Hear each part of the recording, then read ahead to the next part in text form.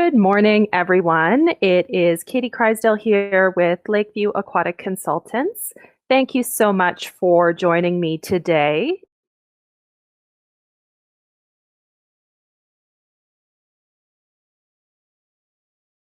Today, we're going to look at very high level of who's responsible for what, right? And a lot of that comes down to who we're talking to in the industry, who our partners are, who's leading those decision-making processes. Is it the owner? Is it the contractor or the consultant, right? You want to have a team effort. You want to make sure everyone's on board with everything and on the same page. Really, it's your owner and your consultant who should be making those decision processes. With our installations, regardless if it's outdoor or indoor, what type of soil conditions do we have, right? Especially in northern climates where we have some significant freeze.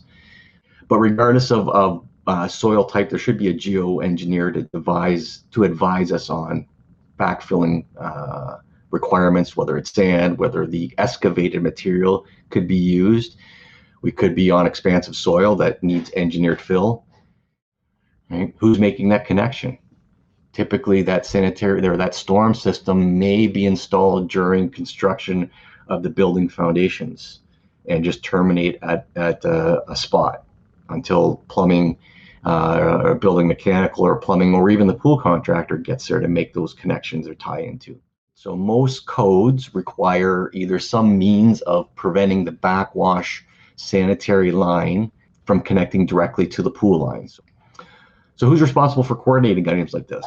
Typically there's a stop gap where the pool contractor stops, and there's supposed to be a 6-inch gap before that sanitary connection. So who's responsible for that 6-inch gap? Is it the pool contractor, your mechanical contractor, your general contractor, your consultant? Where is that starting to stop? Okay, is the pool contractor responsible just to bring that finish up to this edge, and then from that edge onward is somebody else, right? Or is that pool contractor supposed to take it right across the pool deck?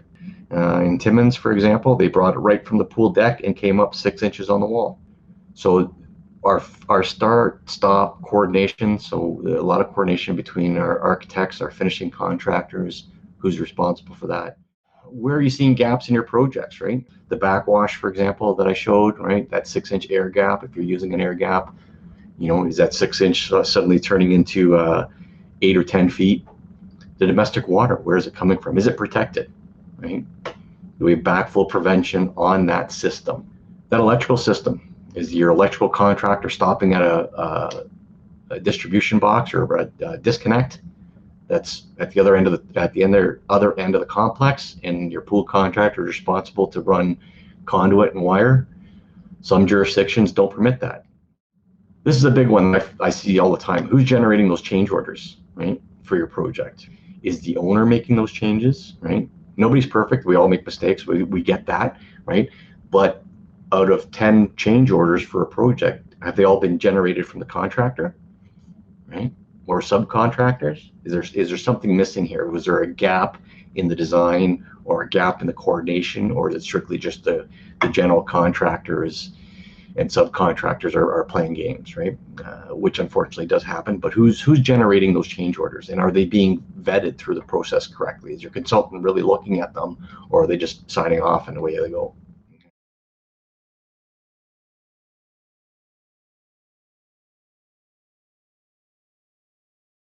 But as I researched, reading articles and observing service experiences, I kept coming back to a very specific conclusion. I don't think the core idea of providing service, nor the overarching goals or delivery methods, are all that different because of COVID-19. In fact, more than ever, I see them as a driving source of differentiation in a still crowded and competitive market. So what has the past 2 decades of studying service led me to?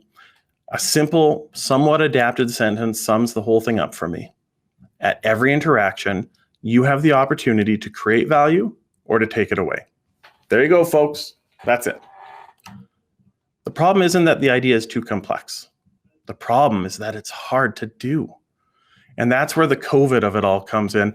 I don't think the goals of service change, but the challenges and the barriers created by COVID have felt at times insurmountable. If we know what our guests really love about their experience with us and what they really hate about those same experiences, we have the power to make each of those experiences impressive. Now, once we start to gather all of this data, a picture starts to form of the guest in the park. To help simplify this picture, Disney seeks to develop both demographic profiles of guests as well as a psychographic profile that explores how and why people choose to come to Disney.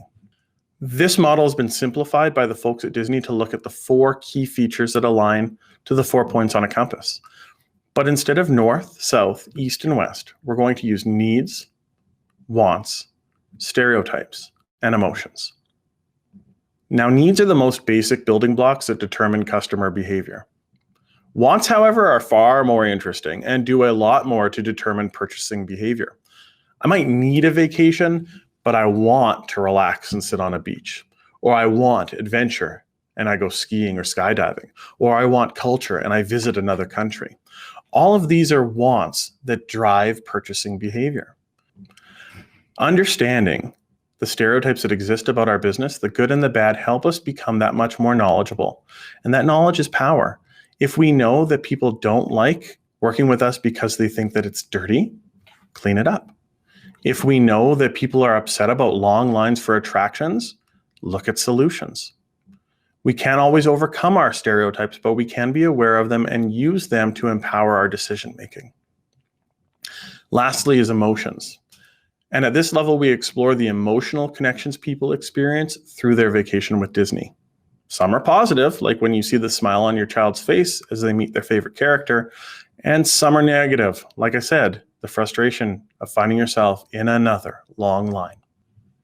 So how do you mine for this information from guests and your team members? What would your organization look like if you multiplied the things that guests love about you and reduced or eliminated the things that they hate? How much more effectively could you provide service or your product? And how many fewer headaches might come your way, knowing your guests better? So first, every team member was taught the difference between task and purpose. You see, there are a lot of jobs throughout the Disney theme parks and a whole lot of tasks that need to get done every day. But what's different than a lot of other companies is that Disney cast members are also taught to identify and understand their greater purpose. Both are important. Tasks always need to get done, but teaching cast members about the greater purpose and empowering them to make choices means the cast can react to situations as they come up throughout the day. We can't give them 1,000,001 scenarios and the exact answer to every single one. But we can empower them with the right tools to make decisions. Service magic can be created systematically using large-scale processes like this, but it can also be created moment by moment by team members at all levels of an organization. Remember what I shared earlier? For me, excellent service will always come down to making a choice at every interaction between creating value for someone else and choosing not to. When our team members across the organization understand why we serve, who we serve, and how we serve, they can be empowered to make every interaction count. They won't always get it right, but they will more often than not. And sometimes they can get it really right.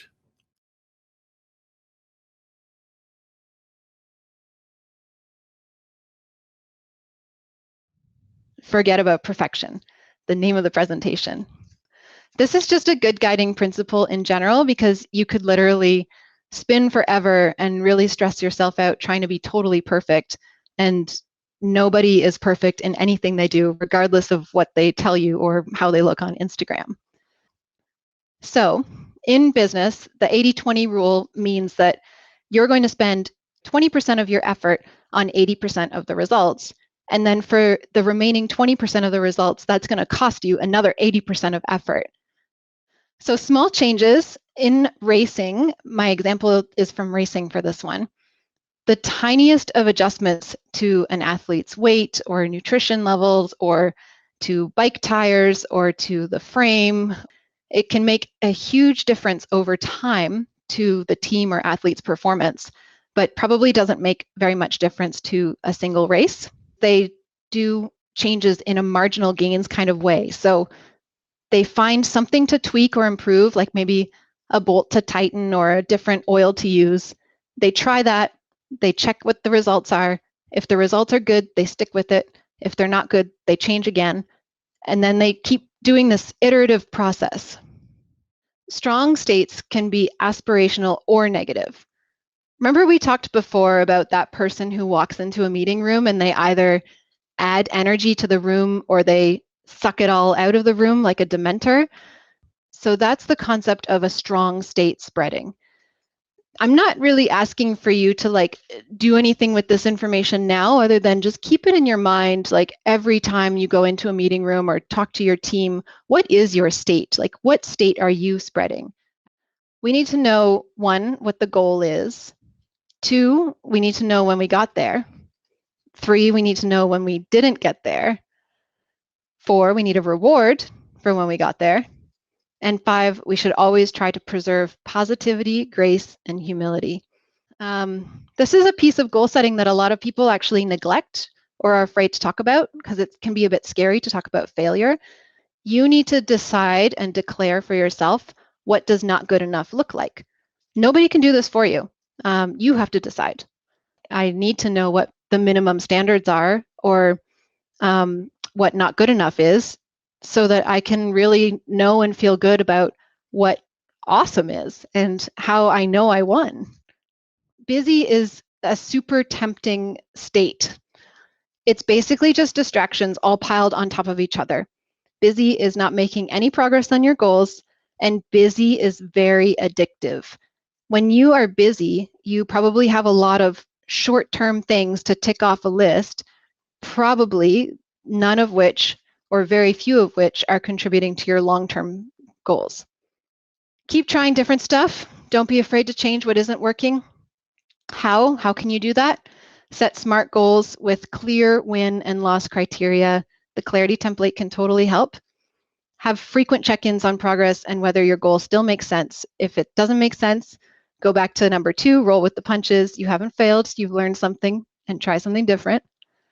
Know and manage your distractions and keep track of when you've won. So this can be a form of reward. If you highlight what you've done and achieved together, especially with your team, put it in a newsletter, have a celebration, and definitely put it on your resume for when you're interviewing at other companies. But stay humble. And remember, strong states spread.